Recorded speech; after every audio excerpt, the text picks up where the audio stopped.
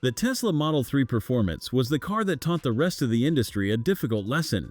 You did not need a six-figure budget or a German badge to build a sedan that embarrassed sports cars at a green light.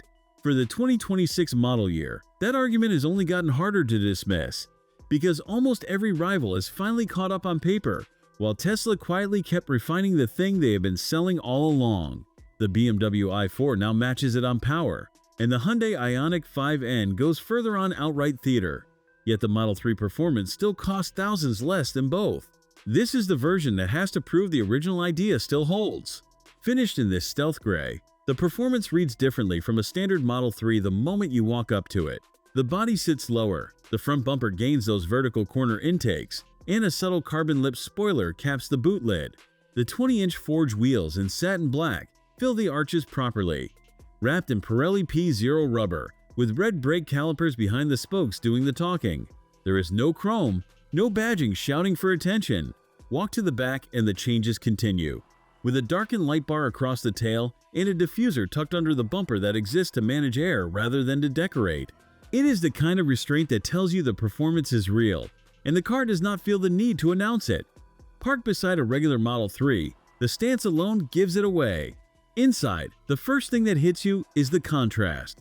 This car runs the white and black interior, and in person it lifts the whole cabin out of the minimalist coldness people often associate with Tesla.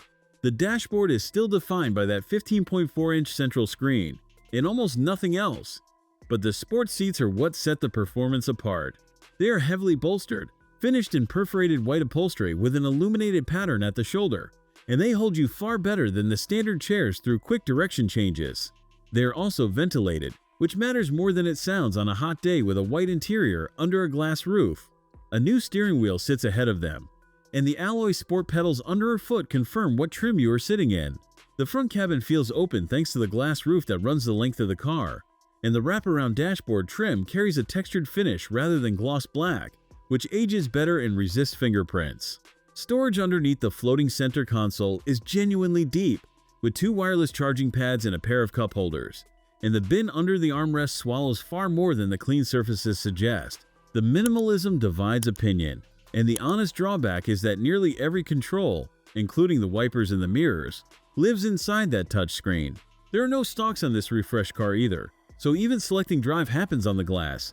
It takes time to adjust, but the menu logic is among the quickest in the segment. The screen itself is sharp and fast, and once it is learned, the lack of buttons stops feeling like a sacrifice. Step into the rear, and the white upholstery continues across a bench that fits 2 adults in real comfort.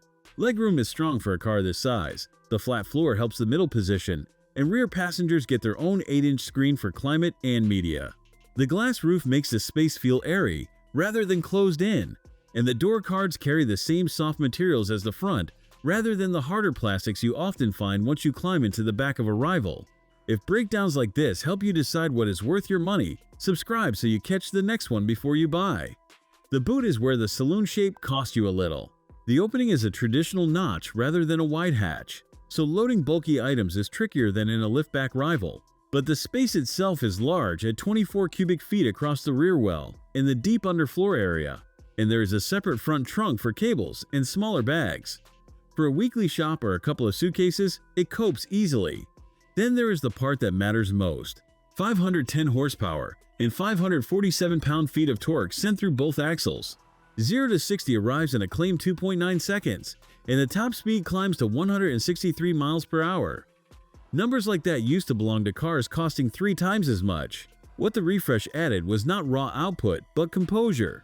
The adaptive dampers firm up the body without ruining the ride. The brakes are larger to cope with repeated hard stops, and a dedicated track mode lets you tune the power split and the regenerative braking, the system that slows the car while feeding energy back into the battery.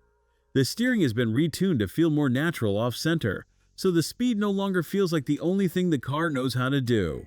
The range comes in at 309 miles, which is less than the standard car, and on the move it will charge from 10 to 80% in under half an hour on a Supercharger. The car does the supercar thing and the everyday thing in the same breath, and that combination is still rare. So the question for 2026 is not whether the Model 3 Performance is fast or capable. It clearly is. The question is whether the original idea, real performance without the premium, still means something now that the rivals have arrived. On the evidence of this car, the answer is yes. The performance no longer stands alone, but it still sets the price everyone else has to answer. For watching. If you enjoyed this video, hit that like button and subscribe for more content just like this.